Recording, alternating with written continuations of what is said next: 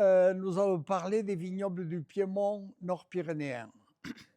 Évidemment, sous l'aspect terroir et par conséquent géologie.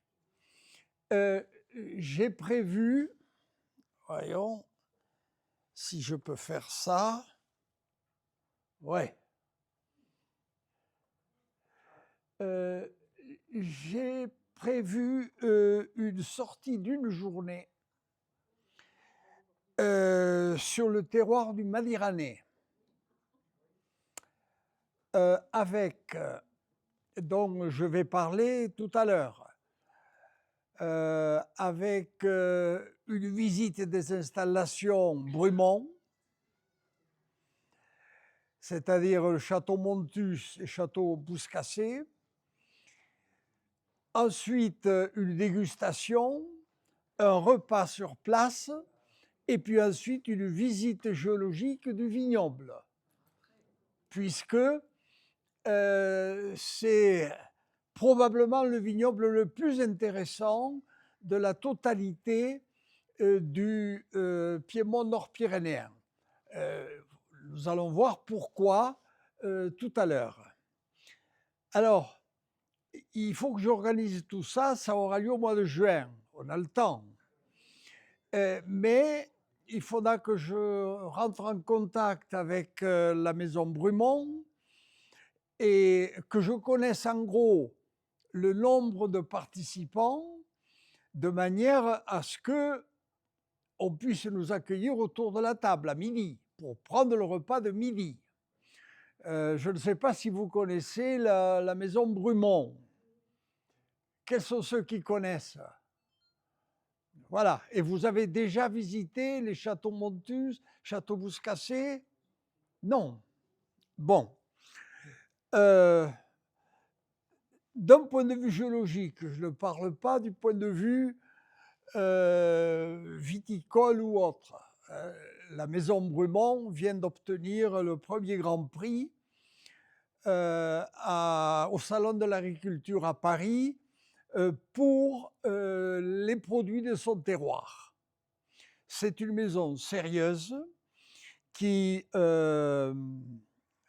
présente des produits de qualité, en particulier du vin, mais il y a aussi d'autres activités, le port noir de Bigorre, etc., dont nous parlerons sur place.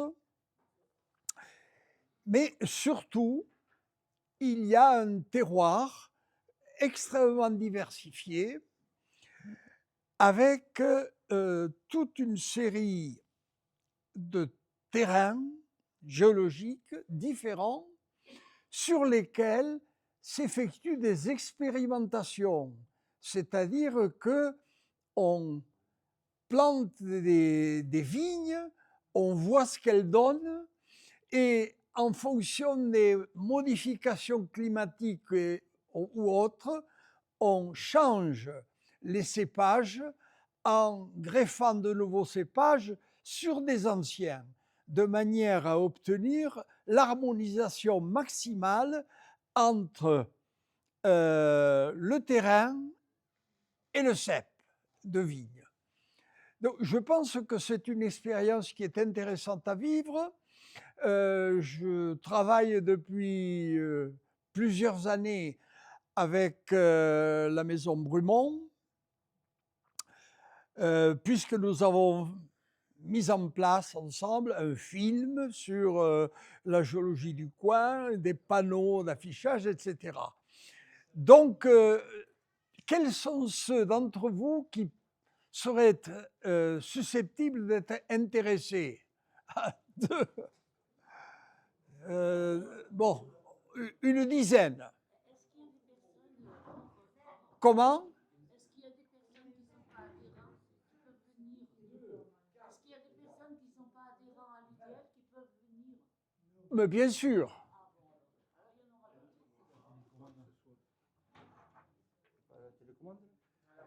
Et il n'y a pas de télécommande. Elle est peut-être cachée, mais on ne sait pas où elle est.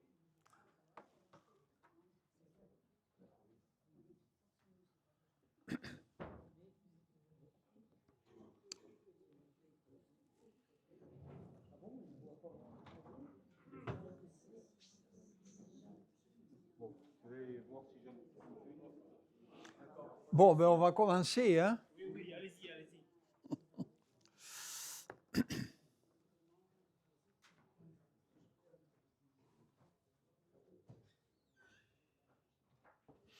Alors, vous allez essayer de lire à travers le panneau.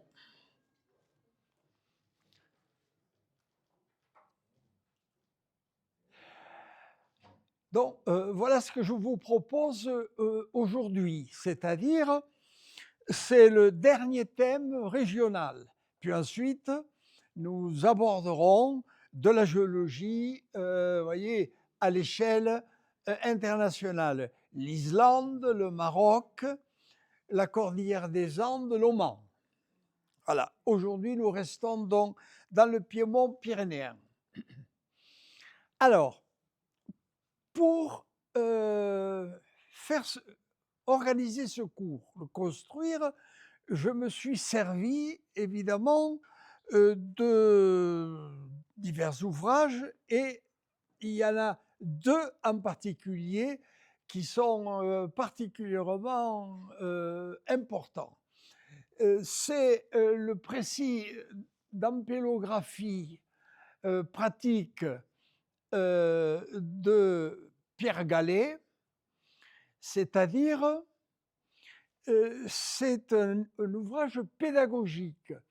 Il vous permet de tester vous-même sur le terrain en regardant les ceps de vigne et en faisant un certain nombre de manipulations, la signification du cépage et vous pouvez vous-même trouver finalement par rapport au livre l'espèce, étant donné qu'il y a des dizaines et des dizaines d'espèces de cépages.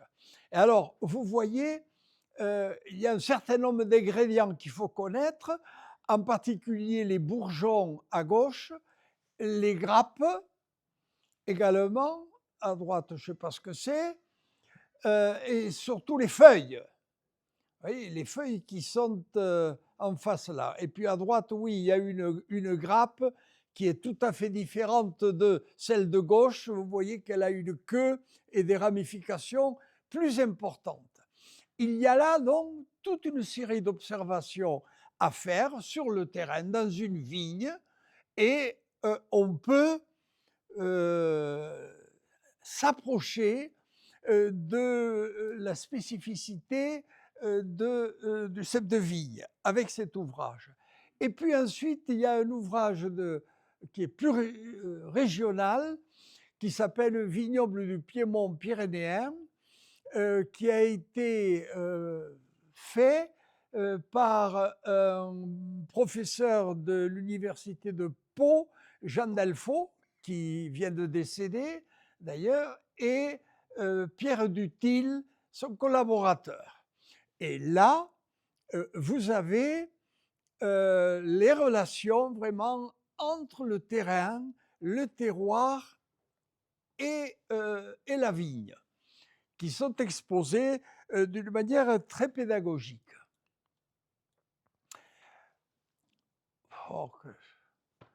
Voilà donc quels sont les éléments à prendre en considération pour déterminer l'espèce de vigne à laquelle on a affaire. Vous voyez la feuille à gauche avec la couleur, la forme générale, les sinus, c'est-à-dire les échancrures également, le sinus de pétiole en haut au milieu. Ici,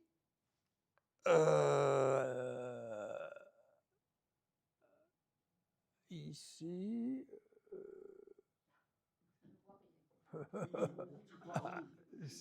voilà, le point rouge. Et puis, il y a aussi les sinus latéraux qui sont ici également. Donc là, il y a, au niveau de la feuille, c'est très très important, intéressant. Il y a le revers de la feuille ici également, avec la forme de la ramure, des nervures de la feuille, le duvetage, la courbure de la feuille, etc. Le rameau, en particulier quand le cep est jeune, il a une certaine forme, une certaine couleur, un certain duvetage, etc. Ça, c'est un rameau typique d'un jeune cep de Tanat. Il y a la forme de la grappe, dont je vous parlais tout à l'heure également, qui est caractéristique de l'espèce. Quand on parle terroir et terroir viticole, on est obligé de parler d'un certain nombre d'appellations qui constituent le label du produit concerné. Un label extrêmement important, c'est l'AOP. C'est l'appellation d'origine protégée. Alors ça, c'est un sigle qui est européen, qui est récent, mais qui est européen. C'est-à-dire que l'on défend l'appellation à l'échelle européenne. Autrement dit, par exemple, on ne peut pas faire du champagne en Italie du Sud. Le champagne a une labellisation à l'échelle européenne et même mondiale, ça c'est un autre problème. Hein. Tous les champagnes qui ne sont pas produits en Champagne ne sont pas et ne doivent pas avoir l'appellation champagne. Ça, c'est la théorie. Hein? Les AOC, c'est antérieur aux AOP, c'est-à-dire des appellations d'origine contrôlée qui avaient une importance locale. On insistait sur le local. Par exemple, le jambon de Bayonne, le porc noir de Bigorre, etc. Les IGP, indications géographiques protégées, qui insistent sur la géographie. Oui, le jambon de Bayonne, marbre d'Arudy. Voilà. Alors, c'est l'Institut national des appellations d'origine, l'INAO, qui gère tout ça avec des experts dont nous parlerons tout à l'heure.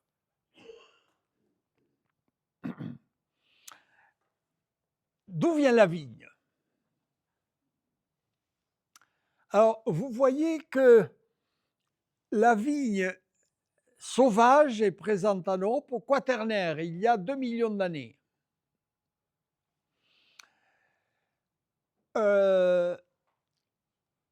Après la glaciation du Würm, il y a à peu près 25 000 ans, vous voyez que la vigne sauvage conquiert une grande partie de l'Europe depuis la mer Caspienne jusqu'à l'Atlantique et la région méditerranéenne. Nous allons voir, je vais vous montrer une carte tout à l'heure. C'est au sud de la Russie que sont connues les vignes sauvages les plus anciennes. Ensuite, vous voyez qu'au fil du temps,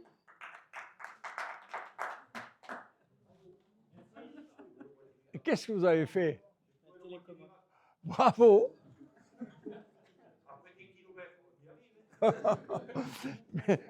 Merci, en tout cas.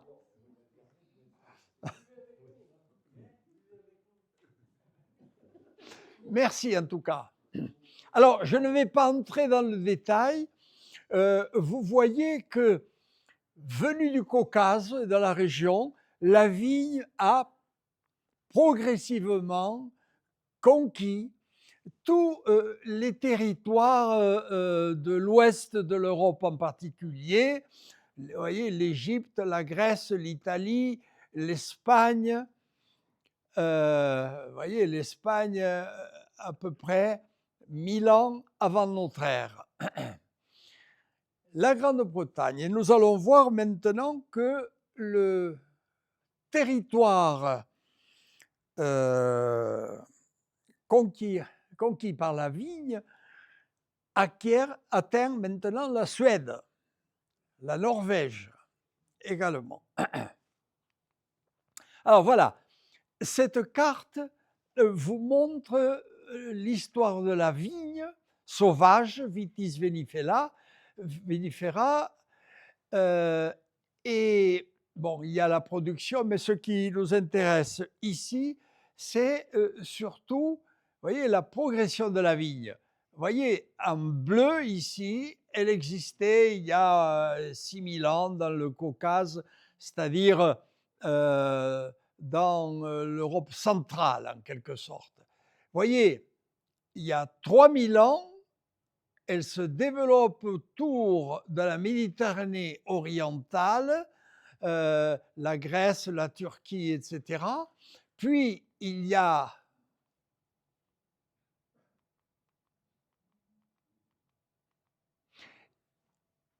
il y a 2000 ans,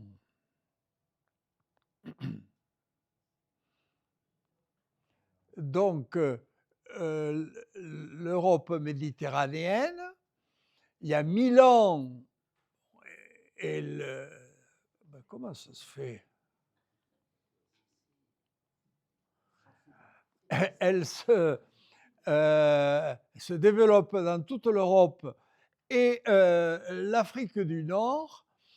Et puis ensuite, c'est à partir de ce noyau central, vous voyez, à travers les colonisations, que la vigne a été cultivée, vous voyez, aux USA, en Amérique du Sud, en Afrique du Sud, en Australie également, et puis dans toute la partie orientale de l'Europe, la Chine, la Russie, etc. Donc, la vigne, c'est l'histoire d'une plante sauvage qui est apparue en Europe centrale et qui a été domestiquée par l'homme et qui l'a exportée finalement sur la quasi-totalité de la planète.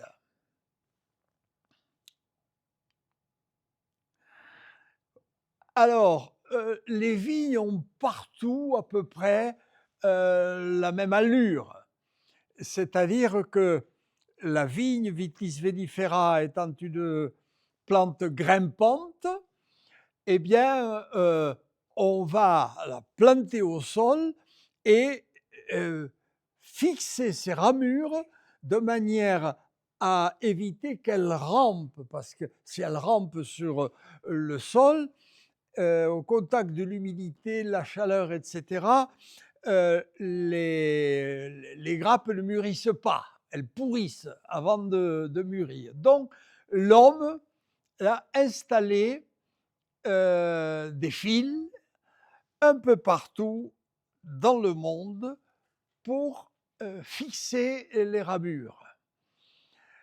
Alors, voici l'importance du vignoble en Angleterre.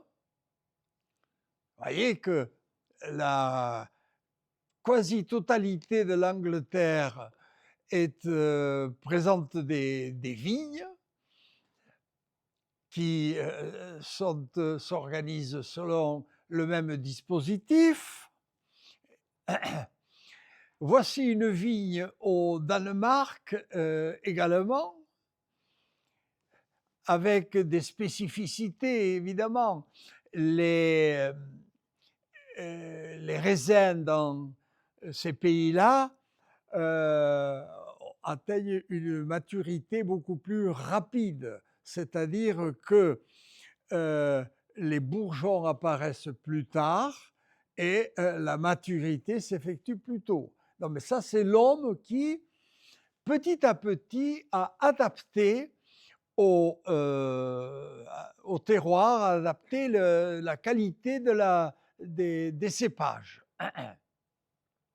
Étant donné que depuis que l'homme est homme, il a aimé le jus de raisin également. Et comme vous le savez, l'homme n'est arrivé en Asie que assez tardivement. Il vient d'Afrique, il s'est déplacé vers l'Est en traversant le Suez, l'Éthiopie, pour aller ensuite en Chine, en Russie, etc., au fil des changements climatiques. Et très tôt, il a eu le goût de utiliser le jus des grappes de raisin. Voilà une vigne en Norvège également, petite dimension, mais elle existe. Et évidemment, avec le réchauffement climatique, la vigne va se développer maintenant de plus en plus dans les pays nordiques et elle aura tendance à disparaître par assèchement dans les pays qui sont plus proches de l'équateur. Nous le voyons dans nos régions, c'est pour ça que je vous parlais des expérimentations qui sont faites, en particulier dans le Méditerranée, pour adapter au mieux, à travers des jumelages, adapter au mieux le cépage au climat et au terrain. Alors, voilà la région viticole française et nous allons nous intéresser uniquement, vous voyez, à cette zone-ci, le Piémont nord-pyrénéen. Je ne parle pas du Piémont sud-pyrénéen en Espagne. Voilà. Voilà le relief des Pyrénées. Le relief des Pyrénées est ici. Et le Piémont, c'est en gros cette partie jaunâtre, finalement, qui assure le relais entre les reliefs plus élevés au sud et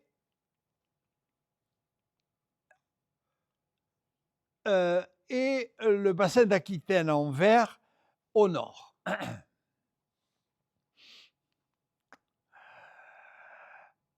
Alors, voilà des coupes qui vous montrent finalement les emplacements du Piémont où l'homme a planté au départ les vignes. Vous voyez, ces vignes sont implantées dans les versants sud des coteaux de manière à profiter au maximum de l'ensoleillement, alors que les versants nord ne sont pas utilisés, sauf exception, et maintenant, à cause du réchauffement climatique, et nous le verrons dans le Méditerranée, que de plus en plus, on plante de la vigne sur des versants exposés au nord.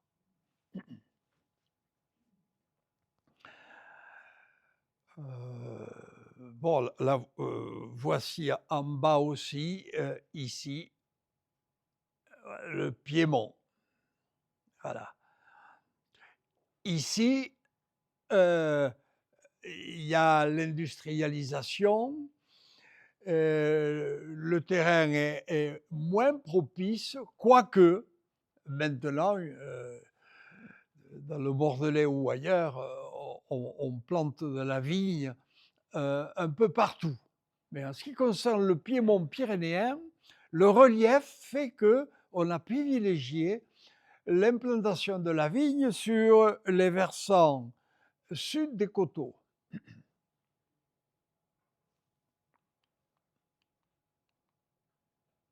D'un point de vue géologique, vous avez en vert ici les reliefs pyrénéens, en jaune ici la Molasse d'Aquitaine, et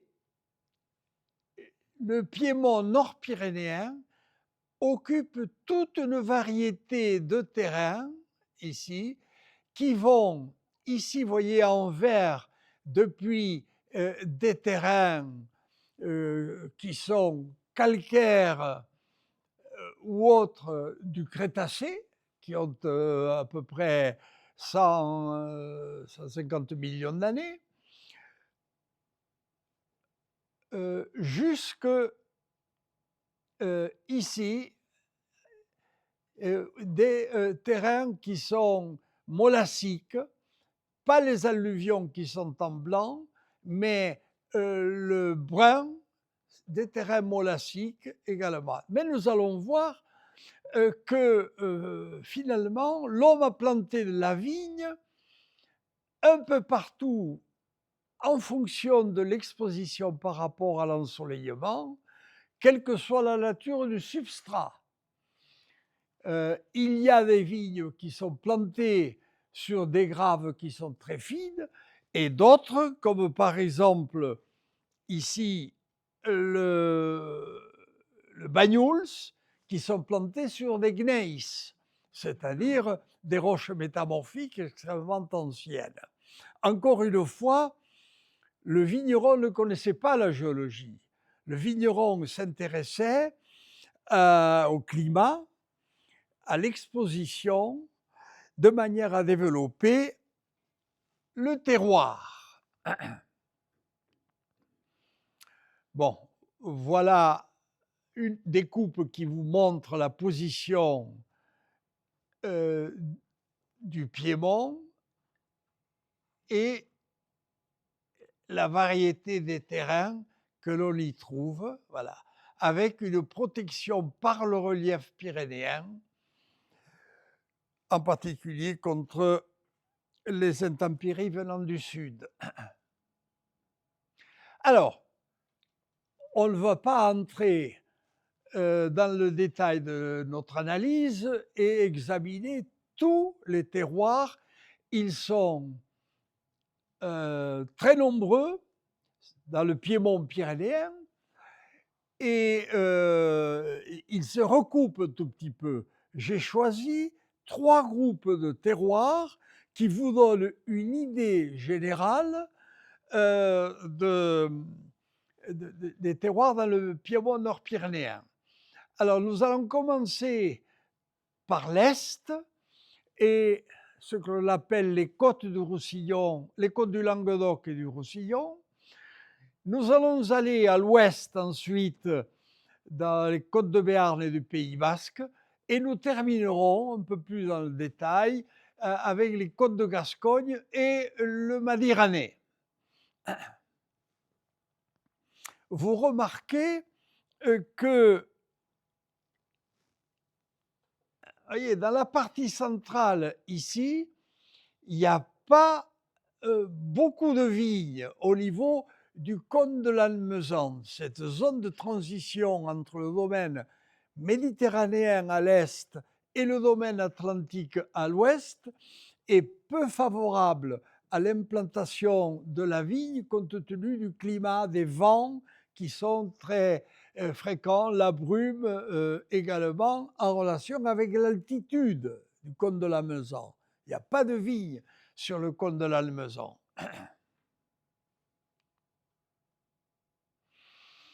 Quand on parle de vigne, il faut parler de terroir. Qu'est-ce qu'un terroir? Un terroir, c'est une portion de territoire qui présente 4 types de caractéristiques, 4 types de caractères, 4 composantes. Vous avez la composante géographique. voyez, c'est la localisation, l'extension, l'organisation d'ensemble. C'est-à-dire qu'il y a des vignobles qui sont regroupés, d'autres qui sont éparpillés pour diverses raisons, en particulier des raisons historiques, familiales, etc. Donc la composante géographique. Ensuite, la composante géologique. La composante géologique ici, c'est la géologie du substrat qui impose la pente à partir de la nature des matériaux en présence, qui impose par altération le sol et qui permet une osmose entre la vigne, ses racines et le substrat profond. La vigne, c'est une plante qui peut avoir des racines jusqu'à une dizaine de mètres, très importante. Et évidemment, la disposition radiculaire est fonction de tout un tas de facteurs, mais de la géologie. Si les terrains sont perméables, eh bien, la plante va aller chercher l'eau le plus profondément possible. Par contre, si le terrain est argileux et imperméable, et si on plante de la vigne, à ce moment-là, les racines vont s'étaler à l'horizontale pour aller chercher l'eau près de la surface. Donc la géologie joue un rôle important. La composante climatique, ici à gauche également, est très importante. Nous allons le voir à propos des vignobles, en particulier du Roussillon, mais aussi de l'Armagnac également. On va voir que le soleil, la pluie, la brume, le vent jouent un rôle important également. Il ne faut pas que les vignes soient situées dans des régions pluvieuses et froides, très ventées également, parce qu'elles n'arrivent pas à se développer convenablement. Donc la composante climatique joue un rôle important, et en ce qui concerne le Piémont pyrénéen, il y a 3 zones d'influence climatique majeures. D'une part, l'influence méditerranéenne venant de l'Est, ensuite l'influence atlantique venant de l'Ouest, et ensuite l'influence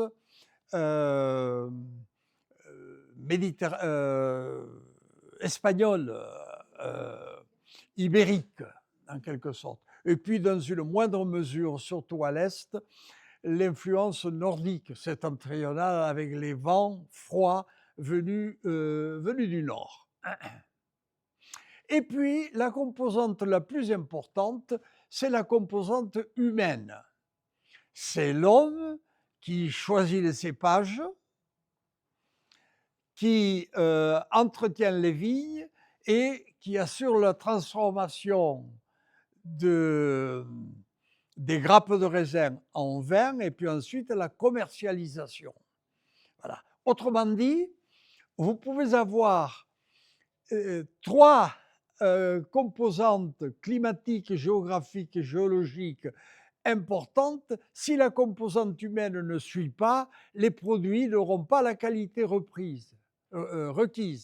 C'est la composante humaine qui est le facteur essentiel, principal. Et nous allons voir un peu comment l'homme organise le vignoble de manière à valoriser au maximum ses produits. Alors, nous commençons par les côtes du Languedoc et du Roussillon. Alors, j'ai mis sur cette carte, si vous voyez, Carcassonne et Perpignan, les AOC,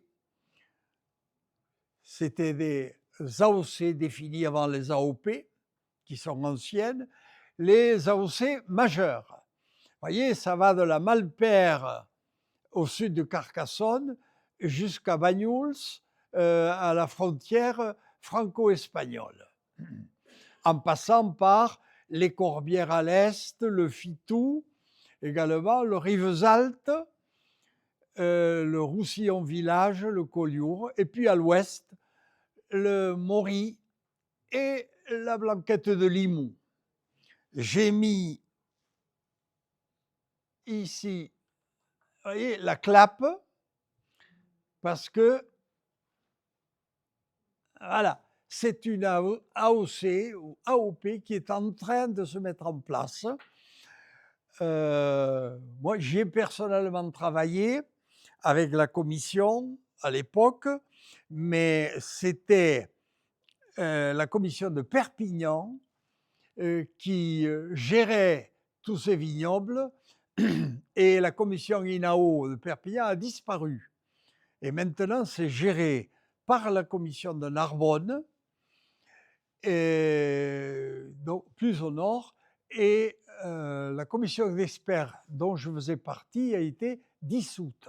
Mais nous avons travaillé au vignoble de la Clappe parce qu'il y avait une demande particulière en fonction du climat, l'exposition par rapport à la mer et le sol, qui est un sol perméable, donc intéressant.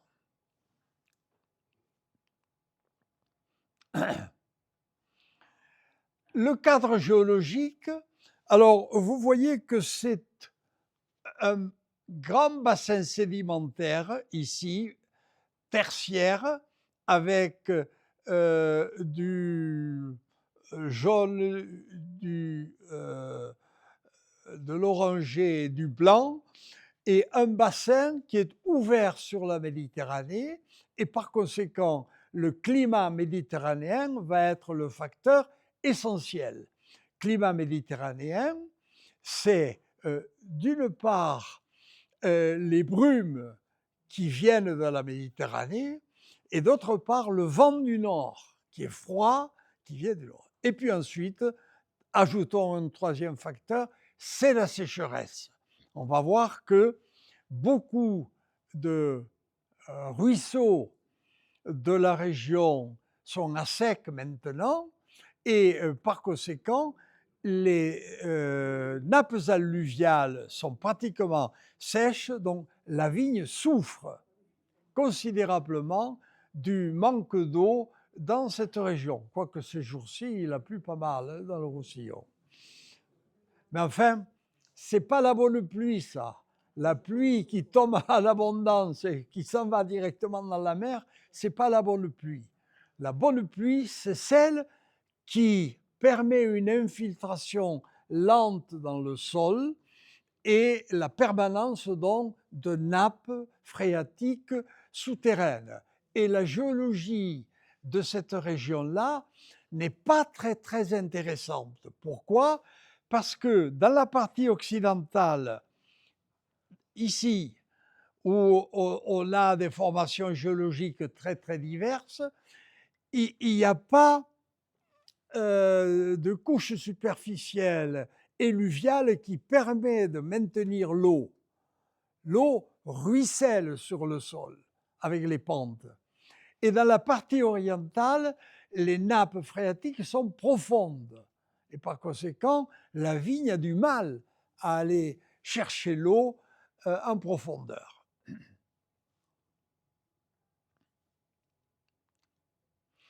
Alors voilà, justement, la pluviométrie.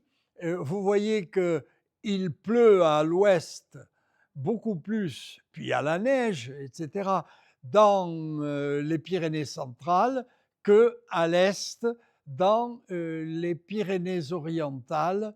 Vous voyez, il y a 300 à 400 mm d'eau par an. Vous remarquez une chose qui est, au point de vue géologique, qui est importante, c'est ce trait qui est ici en travers, entre le Jolle et le Bistre.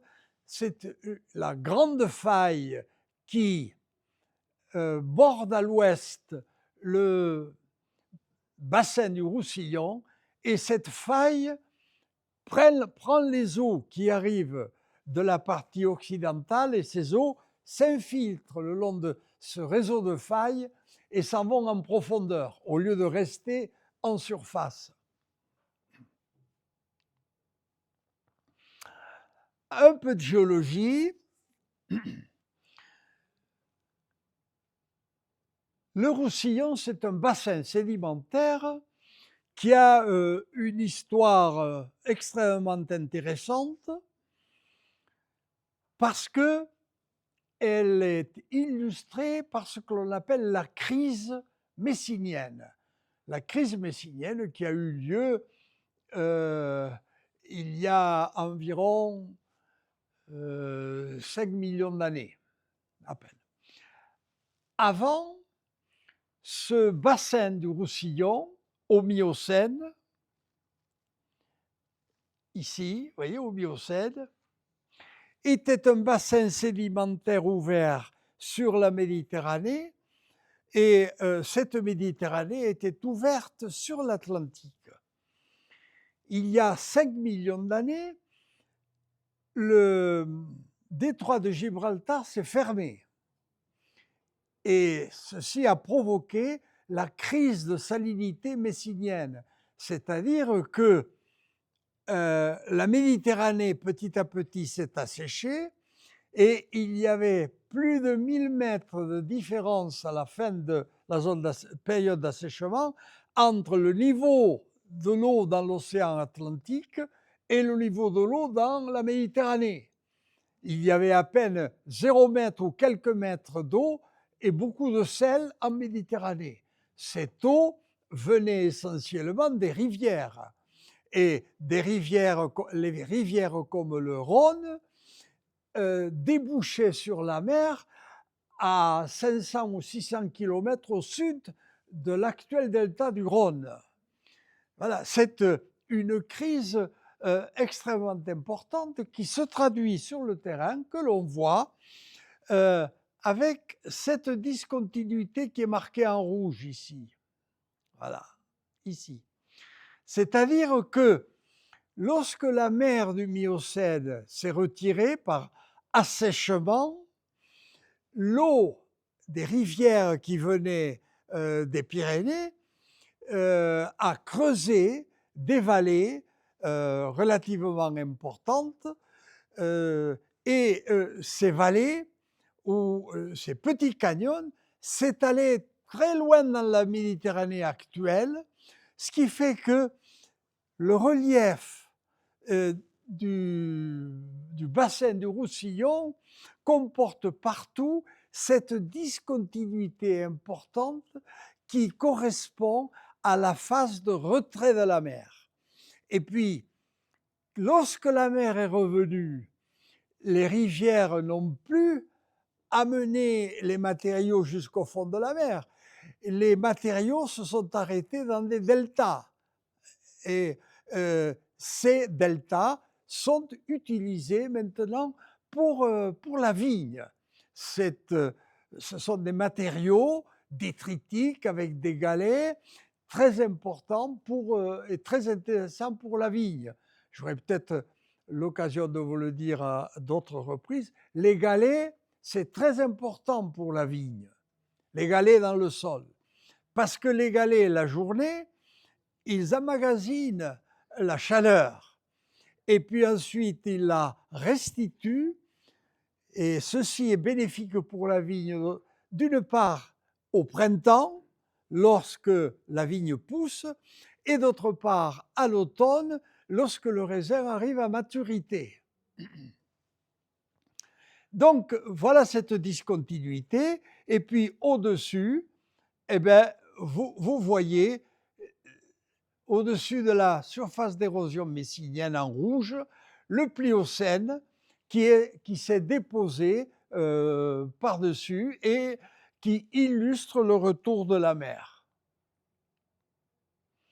Voilà l'interprétation. Vous connaissez ce paysage, les orgues de l'île sur Tête. Il correspond a un vaste delta qui est postérieur à la crise messinienne. Ce delta, il comprend des formations qui sont très fines à la base ici, et puis des formations grossières au sommet. Mais ces matériaux-là sont intéressants pour la vigne à partir du moment où la composition sableuse est importante. Alors voilà les relations entre le marin et le continental dans l'immense delta du Conflent. Vous voyez en bas ici les terrains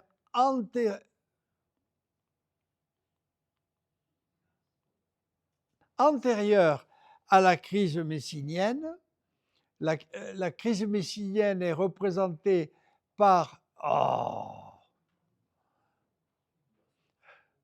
cette couche rouge, et puis au-dessus, vous voyez le Gilbert Delta, c'est-à-dire les formations qui sont disposées en couches très obliques.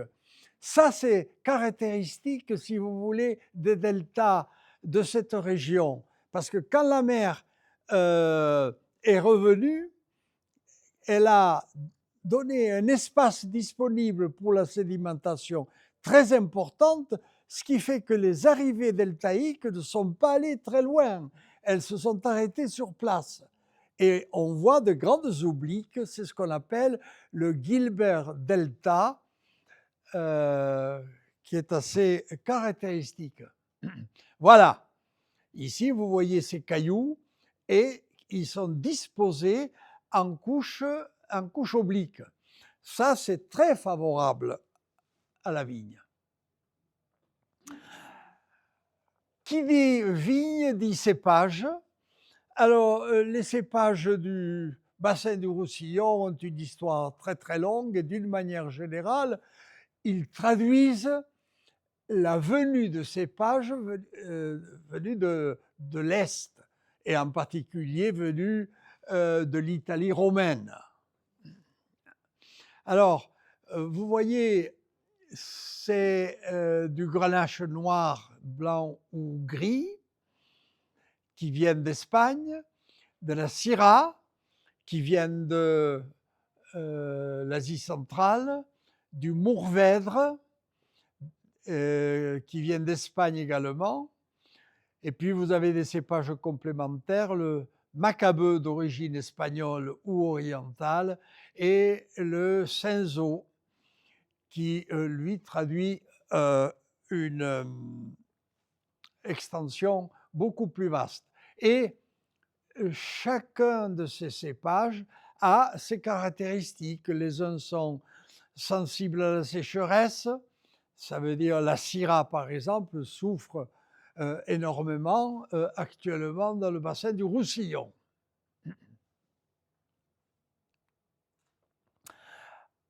Une autre caractéristique de ces vignobles de cette région du Roussillon, c'est le vignoble de Banyuls.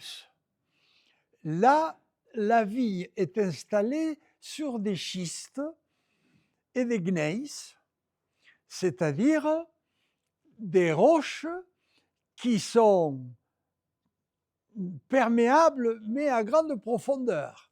Donc, il faut que la vigne aille chercher l'eau très très en profondeur. Il n'y a pas de terrasse alluviale. Les couches sont verticales ou obliques et il faut que la vigne aille chercher l'eau en profondeur. C'est pour ça que les cèpes sont relativement espacés les uns des autres. Vous voyez que la vigne est plantée perpendiculairement à la pente de manière à freiner au maximum l'eau, le ruissellement, puisque la pluie tombe soudainement et d'un coup dans ces régions-là. Donc, il faut la freiner au maximum. Et puis, pour la freiner, vous voyez qu'on a également construit des ravins ici en ce qu'on appelle peu d'égal, c'est-à-dire en pattes de canard. Voilà, de manière à ce que l'eau converge à un point précis et ne ruisselle pas partout. Le vignoble de Collioure, alors voilà un exemple de vignoble qui est exposé au nord. Voilà. Mais là encore, le sol est intéressant, les terrains sont anciens, paléozoïques et, vous voyez, conglomératiques. Vous voyez les galets, les cailloux. Ça, c'est très bon pour la maturité du raisin. Une autre appellation qui est beaucoup plus au nord, qui est l'appellation Fitou. Fitou, du nom d'un village qui se situe au sud de Narbonne. Et il y a là deux types de terroirs très importants, très diversifiés. D'une part, des conglomérats oligocènes. Conglomérats, ça veut dire des roches qui sont faites de sable argileux, plus ou moins argileux, avec des galets qui proviennent des corbières. Et il y a aussi, dans le Fitou sud, des schistes qui sont des schistes ordoviciens du massif de Moutoumé que vous voyez là. Alors là, la vigne a un comportement tout à fait différent du cas précédent.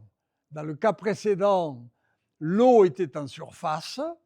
Dans ce cas ici, l'eau est en profondeur. Alors, voyez, ok.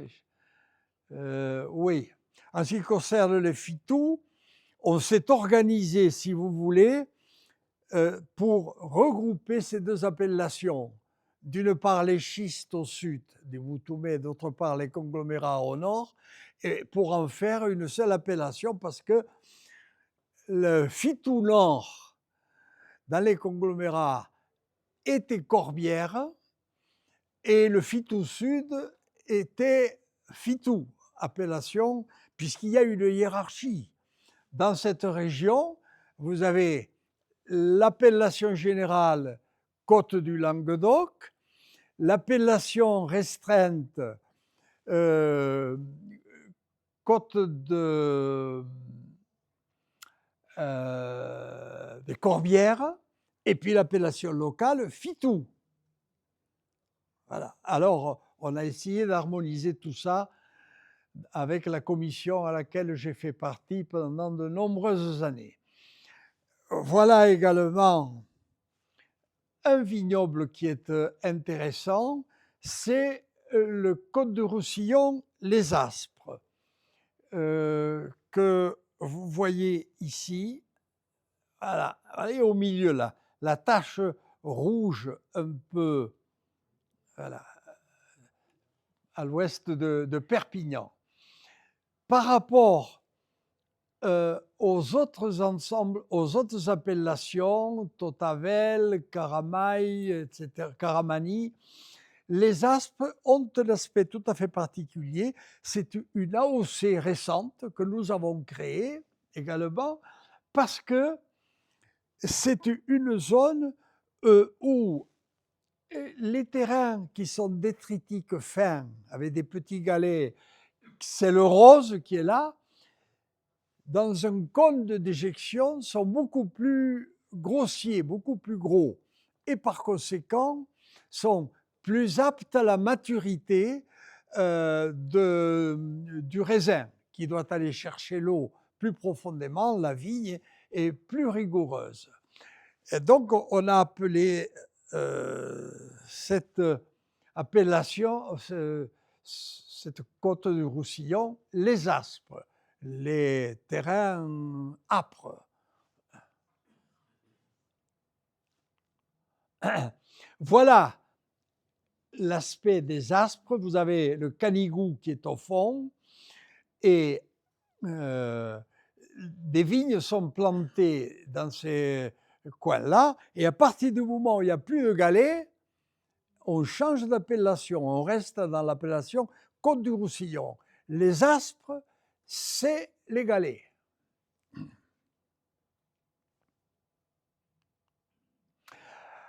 Alors, voilà une commission d'experts. L'INAO travaille sur le terrain, l'Institut national des appellations d'origine travaille sur le terrain avec des experts, c'est-à-dire des gens qui apportent leur expertise dans des domaines très très particuliers, de manière à cerner au plus près toutes les caractéristiques du terroir et éventuellement améliorer en changeant les cépages, l'exposition, etc. Alors là, vous voyez, c'est un exemple parmi d'autres. Là, vous avez le vigneron à droite. Ici, c'est un ingénieur de l'INAO qui était le chef de mission. Ici, c'est un botaniste. Et ici, c'est un phytogéographe. Voilà, il manque le géologue.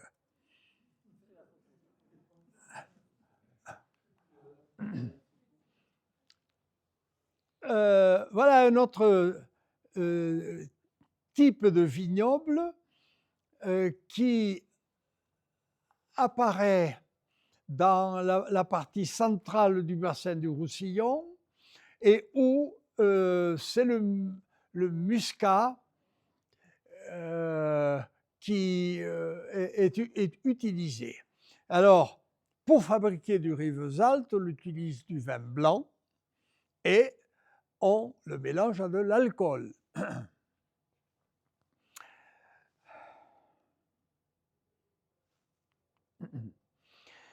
Un autre vignoble, le vignoble de Maury, qui est très intéressant au point de vue géologique.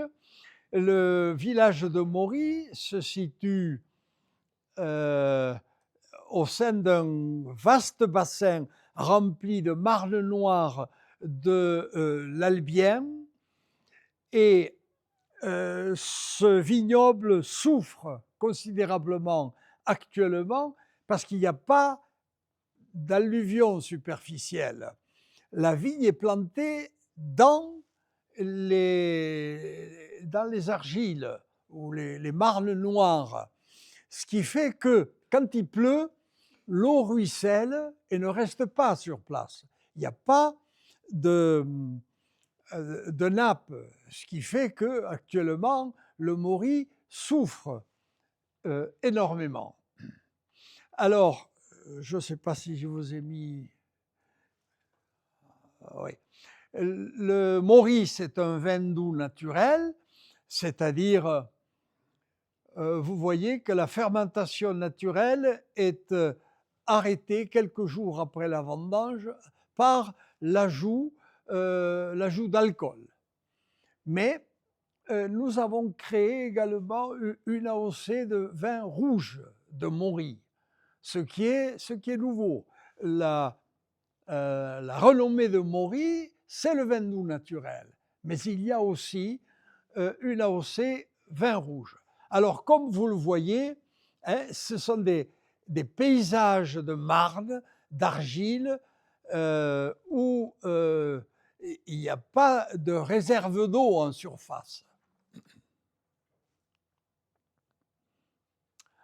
Le vignoble de la Malpère, qui se situe au sud de Carcassonne, lui, il apparaît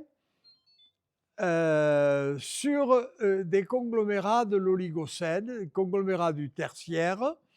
Ce sont des roches donc relativement perméables également. Et il est protégé des vents d'ouest par le plateau de l'Almezan. Donc, il y a une zone qui est protégée, qui est éloignée de la mer, protégée au sud par les Pyrénées, et ça a donné une AOC, vin rouge, avec, vous voyez, des cépages qui sont régionaux, caractéristiques en particulier du Bordelais. Vous voyez, le Merlot, le Cabernet Franc, le Cabernet Sauvignon. Vous voyez, encore une fois, j'insiste sur l'importance du substrat géologique dans le comportement de la vigne. Alors, nous abandonnons les Pyrénées orientales et nous allons dans les Pyrénées occidentales, où les vignobles sont moins développés, parce que ce ne sont pas des terres à vignes de manière générale, ce sont des terres à fourrage, alimentées en eau par l'Atlantique, et il faut aller un peu en retrait, vous voyez, dans le Béarn, dans le Jurançon et dans l'Irouléguy. L'Irouléguy, c'est un cépage qui est très caractéristique. Alors, voilà la position géologique des trois cépages.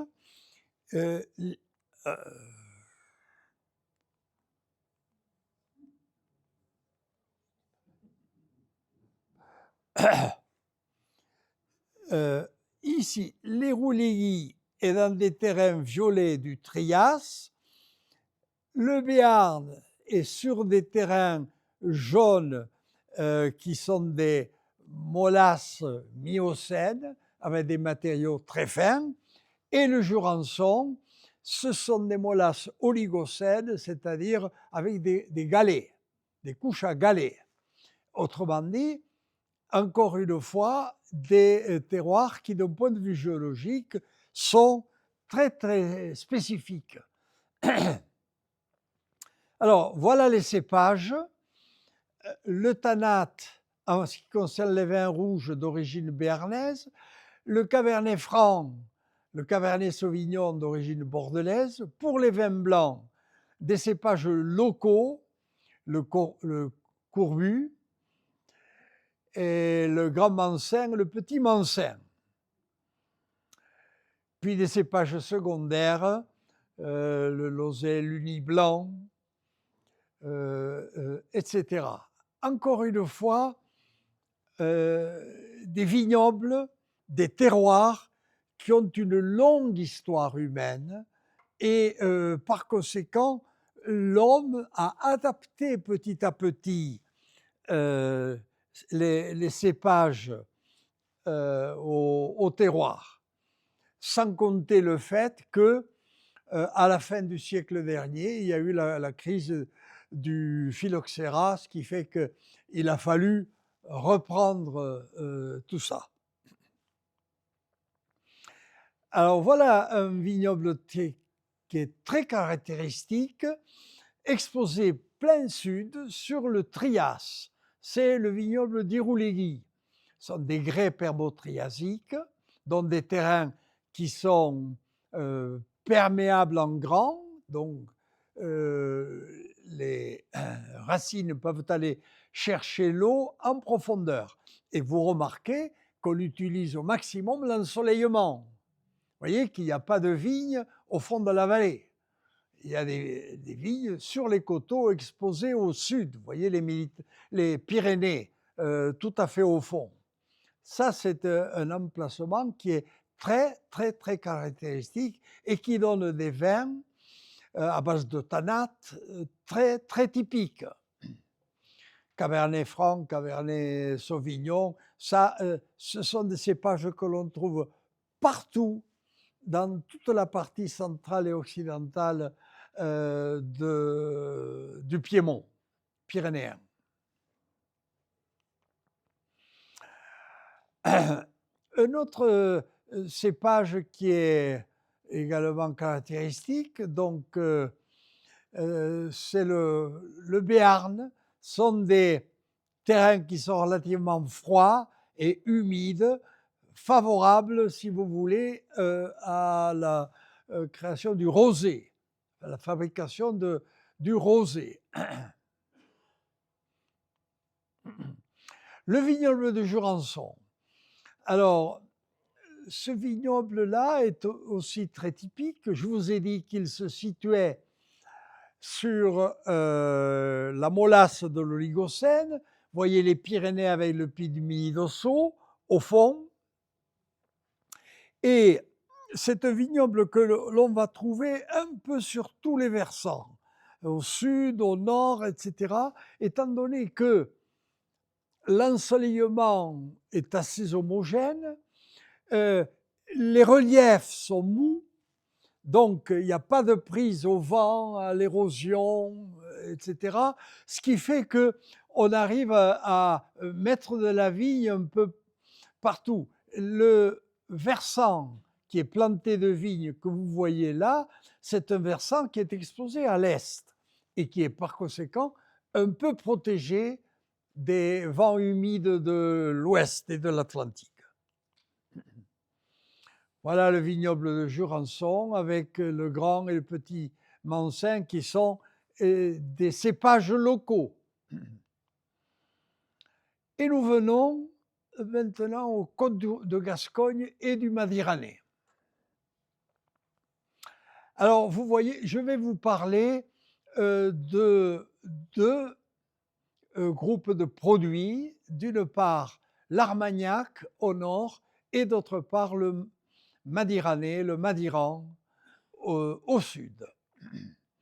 Alors, vous remarquez au point de vue géologique la structure, le relief, et vous voyez que l'on a ici un grand cône, c'est le cône de l'Almezan, qui est relativement haut, mal exposé à la fois au climat venu de l'Atlantique et au climat venu de la Méditerranée, et qui n'est pas planté de vignes.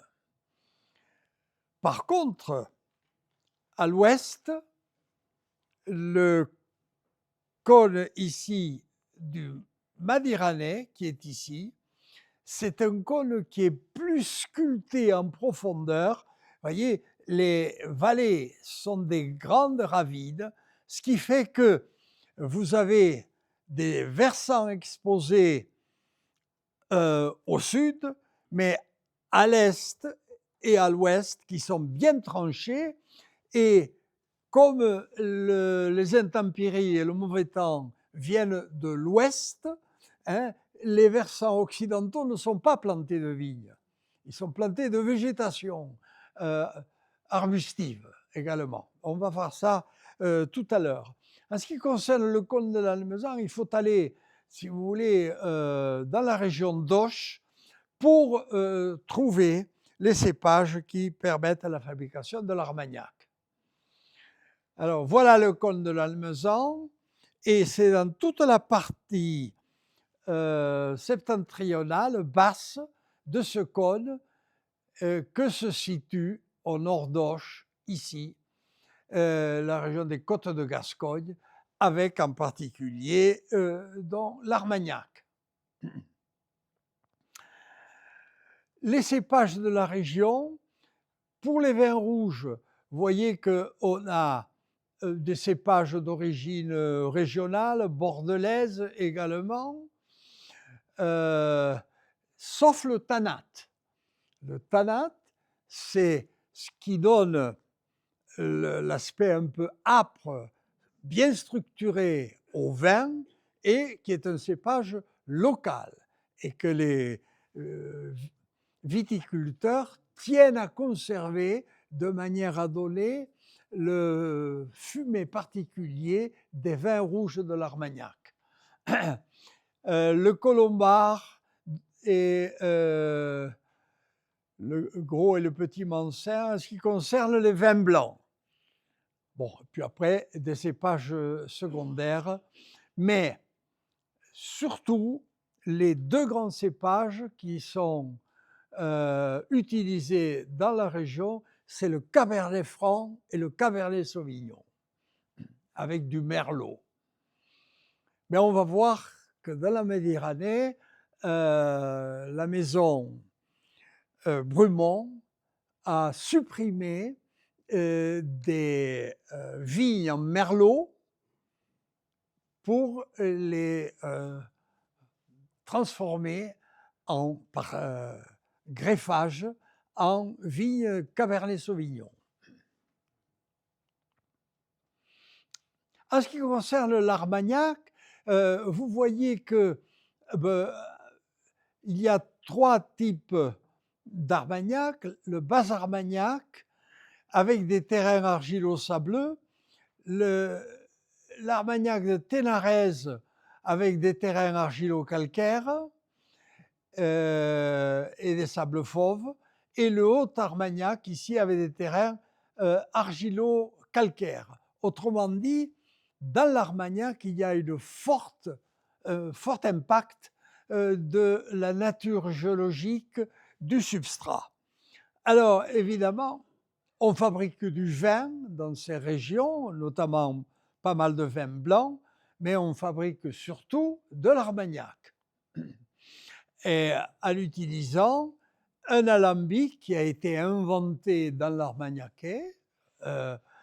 Alors, vous voyez que en haut à droite, comment fonctionne l'alambic. En haut à droite, vous avez le vin qui est ici. Le vin descend, il est froid, voilà, et il remonte dans le serpentin ici. Il s'écoule ensuite dans l'alambic ici, où il est transformé en Armagnac, et puis cet Armagnac remonte et vient se déposer dans la barrique.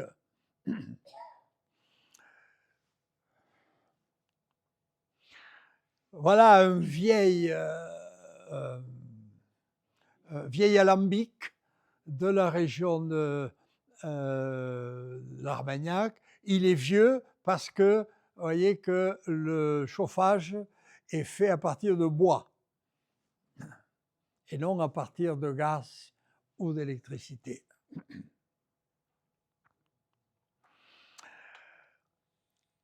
Le vignoble d'Armagnac, c'est un peu à la manière bordelaise, un vignoble de château. C'est-à-dire qu'il y a des vignes qui sont regroupées autour de grandes installations et de châteaux, comme ici le château de Maliban. Voilà la commission d'experts nommée par l'INAO qui teste l'Armagnac. Parce que quand les vignerons veulent faire de l'Armagnac, il faut que chaque année, ils fassent une demande pour chaque parcelle auprès de l'INAO. Et si les parcelles ne posent pas de problème, à ce moment-là, on donne l'autorisation, on fait de l'Armagnac. Si les parcelles posent problème, et si elles sont nouvelles, on fait appel à la commission d'experts, et la commission d'experts dit oui ou non. Oui, vous pouvez faire du vin blanc. Oui, vous pouvez faire de l'Armagnac également. Et là encore, les experts, il n'y a pas le géologue, hein. Vous voyez, ce sont... Bon, ça, c'est un ingénieur de l'INAO. Ça, c'est un ingénieur œnologue. Ceci, c'est un professeur de l'Institut agronomique de Bordeaux, etc. Et pour une parcelle donnée, en général, lorsqu'il y a une demande, on fait un test sur les armagnacs des années précédentes. Un armagnac de 1 an, il a tel aspect, tel goût. Un armagnac de 10 ans également. Est-ce qu'il a bien vieilli, pas bien vieilli, etc. Donc voilà comment fonctionne la commission d'experts pour l'Armagnac. Et il nous arrive fréquemment de donner un avis défavorable, en particulier, lorsque les parcelles de vignes sont installées en partie basse de relief, c'est-à-dire dans des zones relativement humides, il faut que la vigne souffre un tout petit peu.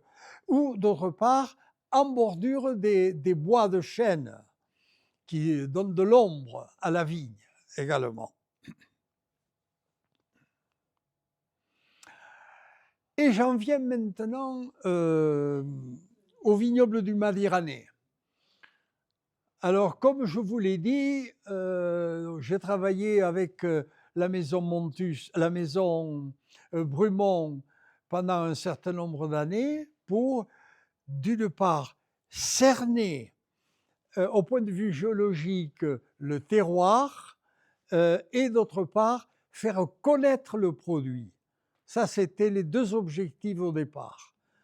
1, le terrain, la géologie du terrain, et 2, comment faire connaître des vins dont la qualité est recherchée en permanence. Alors ça, c'est le château Montus, c'est une vieille bâtisse qui était en ruine, qui a été reconstruite par la maison Brumont et qui sert d'hôtel, essentiellement d'hôtel. Il n'y a pas la cave là. Voilà.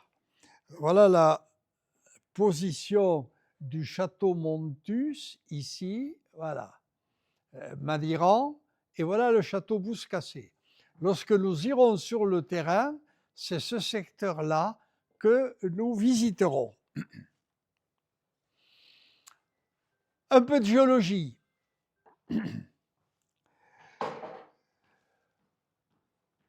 Vous voyez la vallée de l'Adour, ici, la ville de Lourdes qui est ici. Voilà, ça c'est le Gave de Pau. Ça c'est le cône de l'Almezan qui n'est pas planté en vigne. Et ceci, c'est le cône de Gers qui comporte le Madiranais également. Alors, j'ai mis cette carte pour vous montrer l'évolution géologique de la région. Vous voyez que jusqu'au Wurm, il y a 30 000 ans à peu près, eh bien, c'est un cône qui fonctionnait. C'est-à-dire que l'érosion du Gave de Pau entraînait des matériaux issus des Pyrénées en direction du nord. Et ces matériaux se sont déposés ici, d'une certaine manière dont nous allons parler par la suite.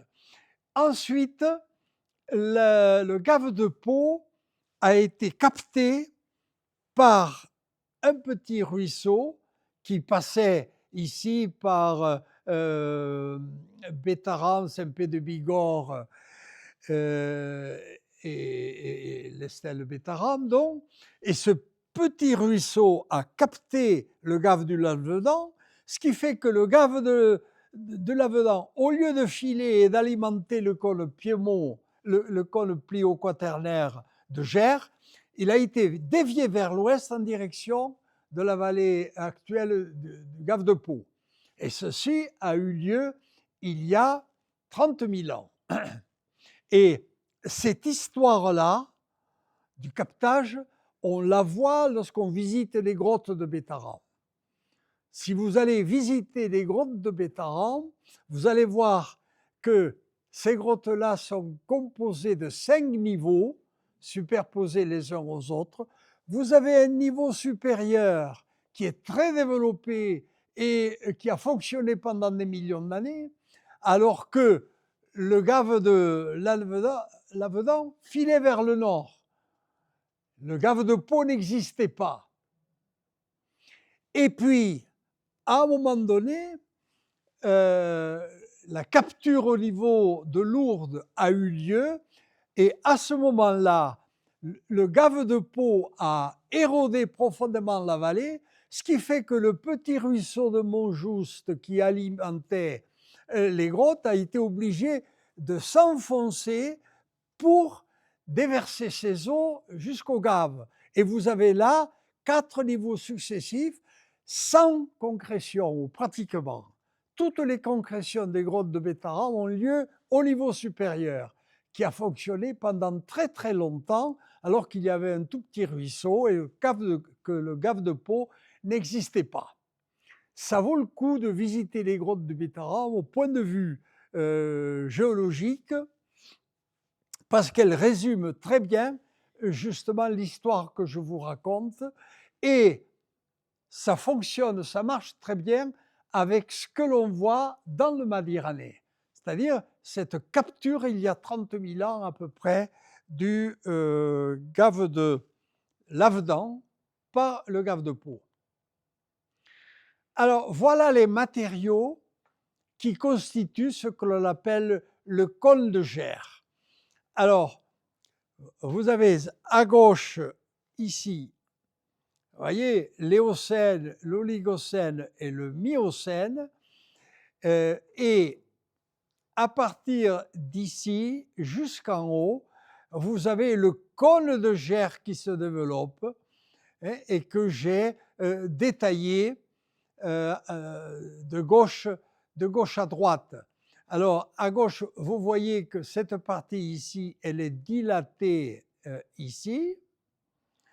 Et puis, à droite, ici, vous voyez que cette seule partie qui est ici est dilatée comme ceci. Autrement dit, on a là toute une série de terrains qui constituent les terroirs du Madiranais. Vous avez de bas en haut ici, vous voyez, des calcaires lacustres du Miocène, ils sont plus anciens, ils ont, vous voyez, 1 million d'années à peu près. Et ensuite, vous avez des barres lacustres littorales, puis vous avez des barres de méandres, puis des gravettes, et enfin, les cônes les plus importants du château Montus. Donc il y a là toute une histoire qui est postérieure et qui est contemporaine et postérieure à la capture du gave de l'Avedan, du gave de l'Avedan. Alors voilà cette histoire. Vous avez ici, il y a 2 millions d'années à peu près, vous voyez, au Miocène et au Pliocène, vous voyez le Madiranais, il y a un cône d'érosion ici dans les Pyrénées et un cône de sédimentation ici, avec des dépôts relativement fins, parce que le relief des Pyrénées n'est pas important à ce moment-là, c'est de l'ordre de 500 mètres à peine. Donc voilà, et le gave de Lourdes fonctionne donc et alimente le cône de Gers et du Madiranais ici. Au nord, vous avez ici des lacs où, et plus au nord encore, il y a la mer avec les sables fauves. Ici, vous avez des coupes et vous voyez les dépôts du cône en jaune et puis en rouge. c'est un cône qui n'est pas qui n'a pas le relief très accentué. Voilà. Et là, nous sommes donc au Miocène et au Pliocène. Le cône est en train de se mettre en place, il est très vaste, les matériaux sont relativement fins et il y a des lacs. Alors, quand nous irons sur le terrain, je vous montrerai ces lacs. Et nous arrivons maintenant plus tard au Pléistocène et à l'Holocène, et le cône va évoluer considérablement. Ici, à gauche, nous avons le Pléistocène. Vous voyez que le cône continue à fonctionner ici, le cône du Madiranais. Voilà. Et le voici ici. C'est le cône de Gers. Et puis ensuite, à droite, ici, à l'Holocène, il y a moins d'1 million d'années. Donc, vous voyez la capture du gave de Pau qui prend le gave de Lavedan. Le cône de l'Almezan n'est plus alimenté en matériaux et l'Adour fait son apparition. L'Adour, c'est un fleuve qui est très récent. Il n'y a pas, comme dans le gave de l'Alvedan, une vaste zone d'érosion dans les Pyrénées. Le cirque de l'Adour est tout petit par rapport à la zone d'érosion du gave de Pau qui va jusqu'à Gavarnie. Il y a une différence énorme.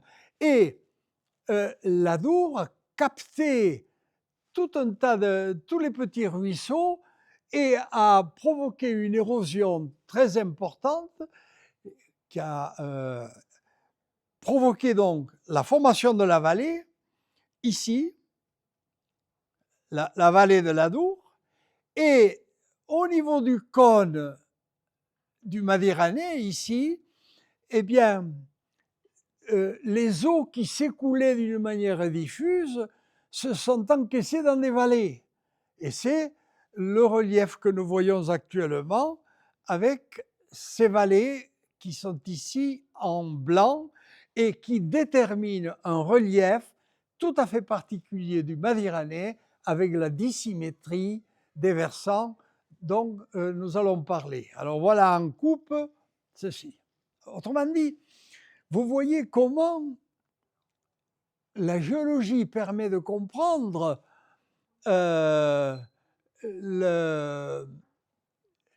l'implantation d'un vignoble et le pourquoi de cette implantation. Alors, la carte géologique vous montre ici en particulier à gauche comme à droite la dissymétrie des vallées. Vous voyez, je prends par exemple celle-ci, ici, au niveau du château Bouscassé. Vous voyez, on a une vallée un versant occidental qui est très court et un versant oriental qui est très long ici. Même chose ici. Ceci est lié au climat, c'est-à-dire que le mauvais temps vient de l'Atlantique et les eaux attaquent le substrat géologique et permettent finalement le creusement des vallées avec un versant court.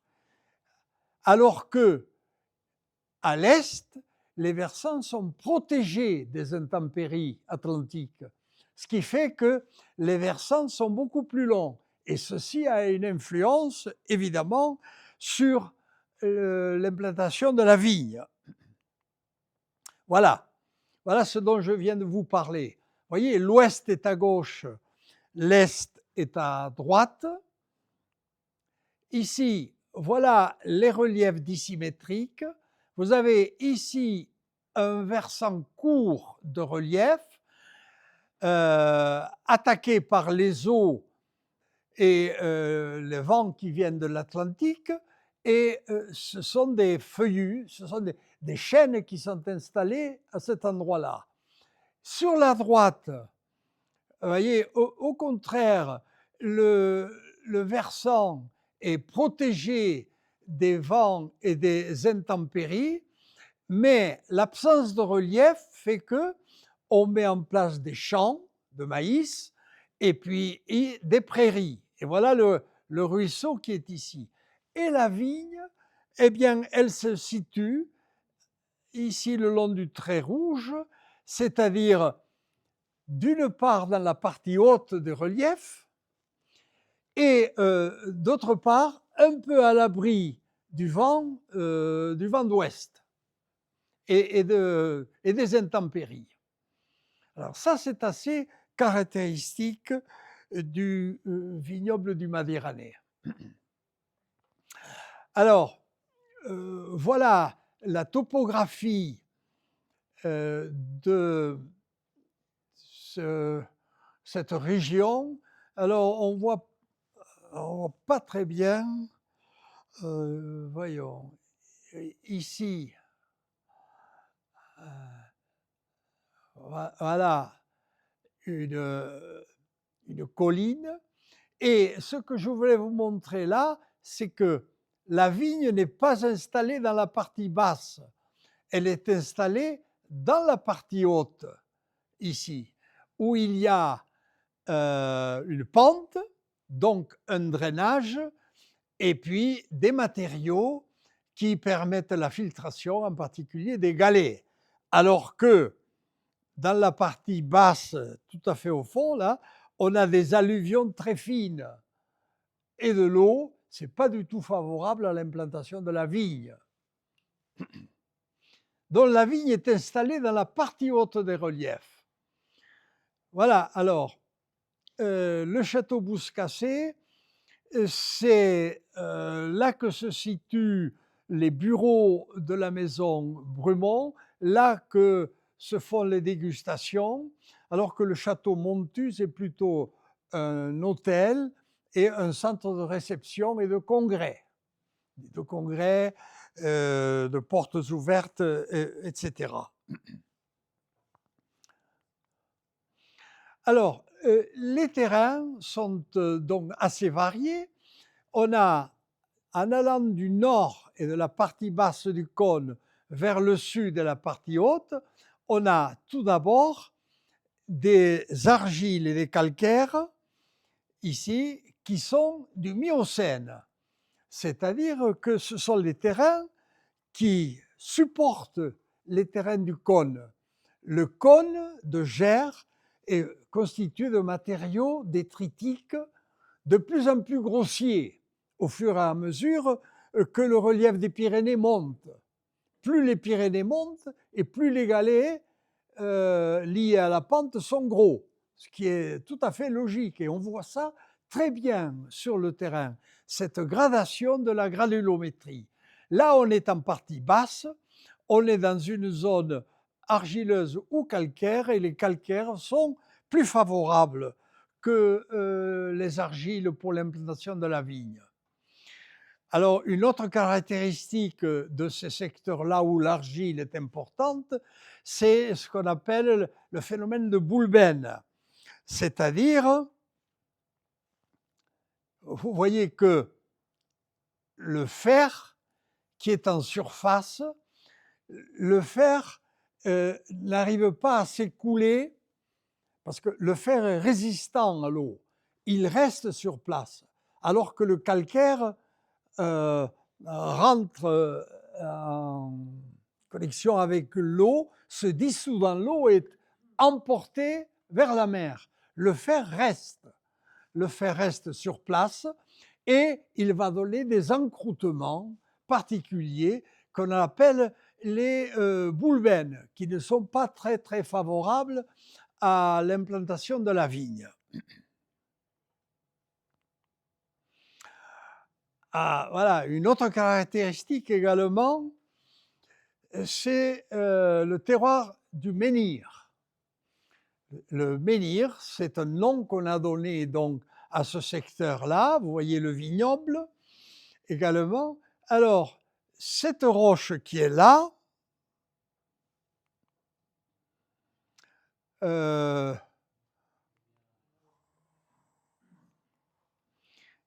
Voilà, elle se situe, voyez, ici, dans ce qu'on appelle les barres de méandre. Voilà, et on est quelque part ici. Donc au nord de la partie que nous allons visiter. Ces barres de méandre sont intercalées dans des formations essentiellement argileuses ou calcaires, mais surtout argileuses. Vous voyez bien la dissymétrie du relief et le menhir se situe dans la partie haute de ce relief.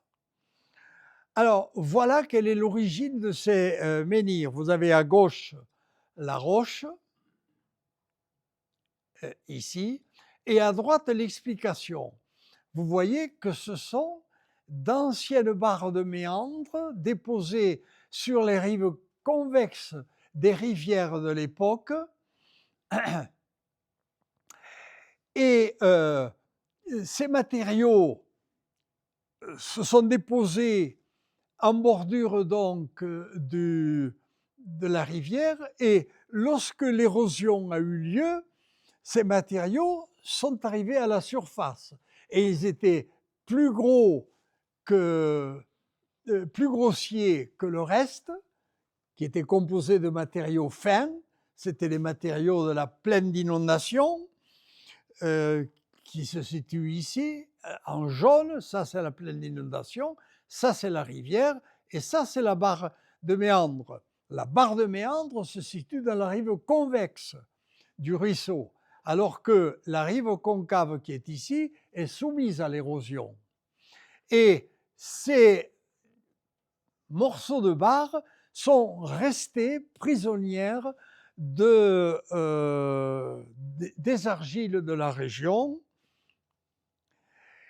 Et voilà leur structure, ici. Alors évidemment, ces menhirs, entre guillemets, gênaient l'exploitation de la vigne, ce qui fait qu'ils ont été pris et rangés sur le côté du vignoble ou plantés comme celui-ci, comme à la manière de menhir. Mais en fait, ce sont des barres de méandre dont vous voyez la structure ici avec des stratifications obliques. Les matériaux sont relativement fins, ça veut dire qu'on est loin des Pyrénées. Les rivières ont transporté des matériaux grossiers d'abord, puis de plus en plus fins. Ici, les matériaux sont fins, mais ce n'est pas des argiles, ce sont des barres de méandre. Ici, oui, c'est encore le menhir. On voit qu'il y a des petits galets également qui sont associés au sable plus grossier. Si l'on va vers le sud et vers l'amont, à ce moment-là, les matériaux vont être plus gros. Au lieu d'avoir des marnes, des argiles, eh bien, on va avoir des gravettes, c'est-à-dire des matériaux beaucoup plus grossiers dans l'ensemble, mais répartis d'une manière assez régulière. Les terrains sont relativement argileux et par conséquent, le fer a tendance à rester sur place. C'est ce qui détermine la formation rouge, la coloration rouge du matériau. Voilà des gravettes qui sont un peu plus grossières. Alors là, on commence à avoir, vous voyez, des strates qui sont à peu près horizontales et des galets qui viennent des Pyrénées et qui sont des galets essentiellement de quartzite, c'est-à-dire des galets relativement résistants. On est trop loin de la source, trop loin des Pyrénées pour qu'on ait des calcaires. Tout au long du parcours, les calcaires ont été dissous dans l'eau. Ne subsistent que les galets de quartzite et vous voyez qu'ils sont arrondis. ça veut dire qu'ils ont souffert, qu'ils ont été transportés par les eaux sur des grandes distances. Alors, voilà un autre exemple des gravettes avec toujours ce fer qui est ici et qui n'est pas un obstacle pour la vigne. Les gravettes sont là, le fer est ici, donc à la base. Si l'on va plus loin vers le sud, à ce moment-là, on va avoir des reliefs plus accusés, comme ici au niveau de l'observatoire, qui est un observatoire de chasse, et où les galets vont être plus grossiers. Les voilà, ces galets.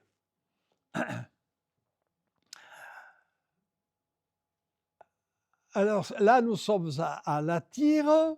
Oui, on va aller les voir un peu plus au sud également. Alors oui, ça, un aspect, c'est l'aspect humain en quelque sorte. Comment on traite la vigne d'un point de vue écologique.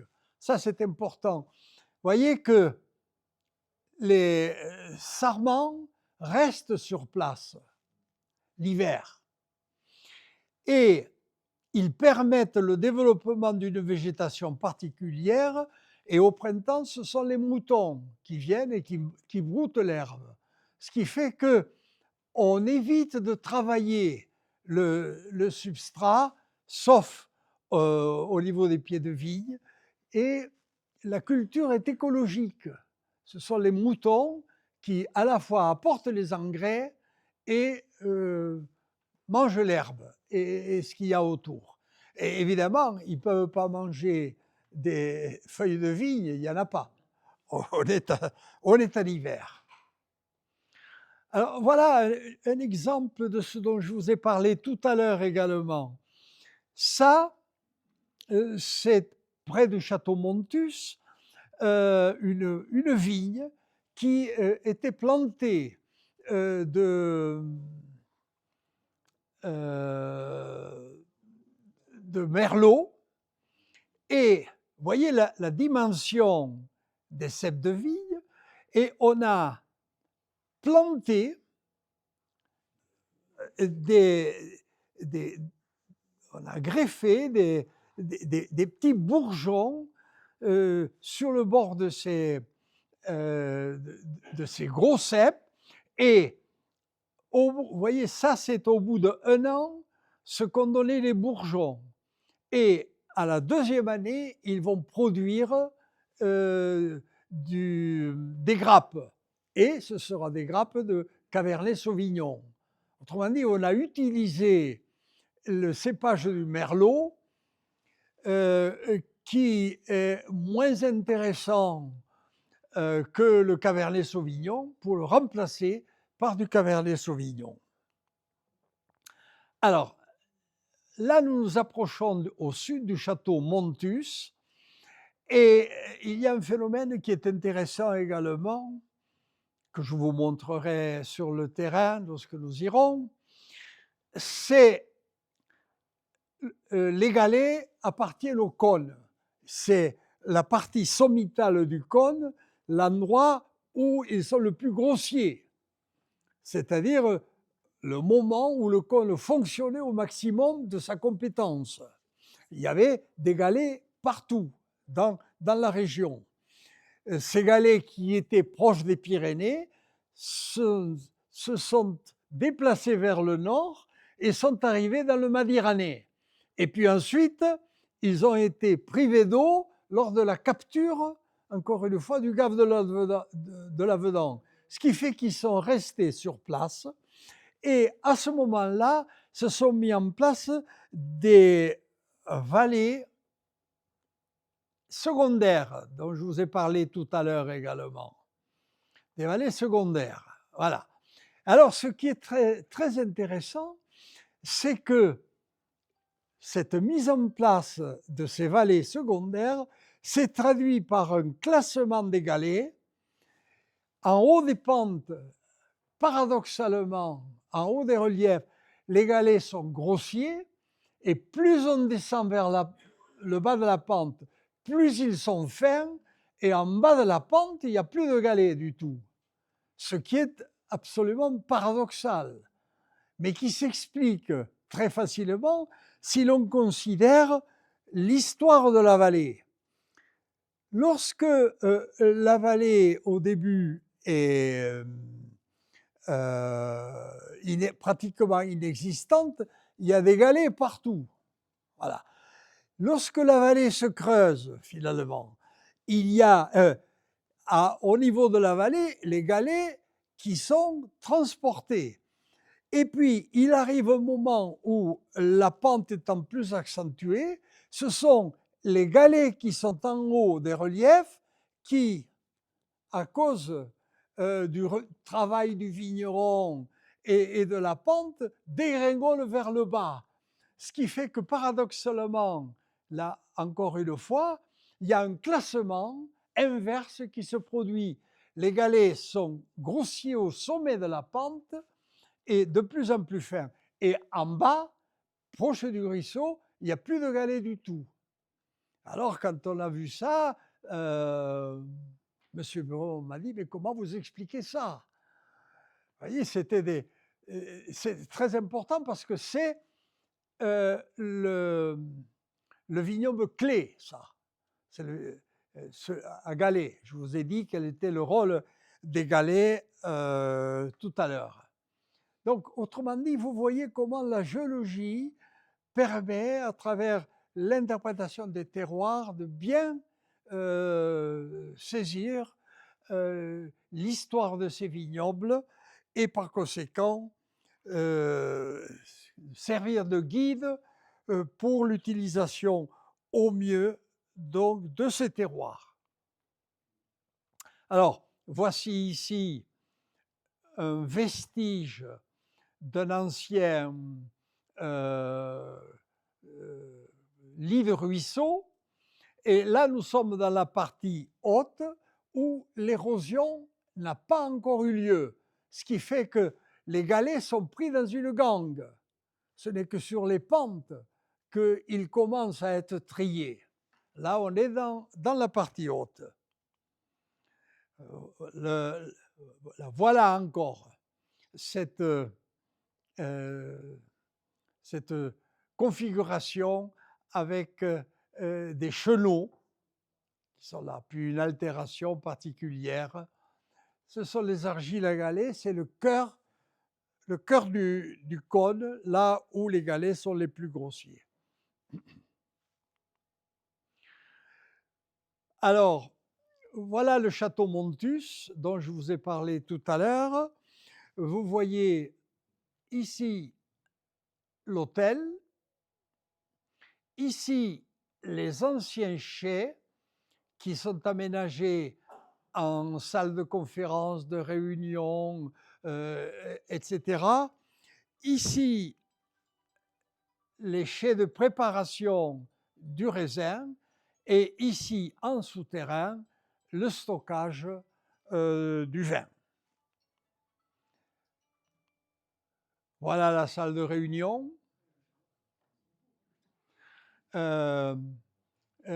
Lorsque dernièrement ils ont organisé une journée portes ouvertes, il y avait 200 personnes là et 150 au château Bouscassé. C'est dire l'intérêt que les gens prêtent à ces vignobles de classe exceptionnelle. Il faut dire que lors de cette journée portes ouvertes, il y avait tout un tas de manifestations, en particulier le fromage, le port noir de Bigorre, etc. Avec des conférences, des gens qui vous expliquent le pourquoi du comment de ces produits. Voilà les cuves dans la partie haute des caves. Voilà la partie souterraine avec le stockage du vin dans des fûts qui sont ici, vous voyez. Donc la paroi est très très épaisse. Ce sont des fûts qui viennent d'Autriche. Et l'épaisseur du bois joue un rôle très très important dans le vieillissement du vin. Plus le bois est épais, plus le vin vieillit mieux en s'imprégnant de ce bois. Enfin, voilà, l'aménagement du château, des caves du château Montus, avec tout un tas de marbres des Pyrénées. Là encore, on n'a pas été chercher des marbres d'ailleurs, ce qui fait que quand on regarde, vous voyez des marbres de Saran-Colin, ce sont, vous voyez, ces marbres colorés qui sont ici. Le gris, c'est le marbre d'Arudi. Le noir, c'est le marbre des Pyrénées centrales, etc. Toujours cette recherche de valorisation des produits locaux. Voilà. Merci. Excusez-moi d'avoir été un peu long.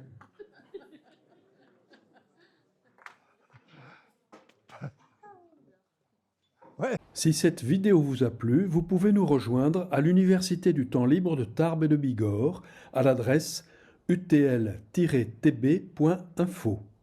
Et n'oubliez pas, si ce n'est déjà fait, de vous abonner.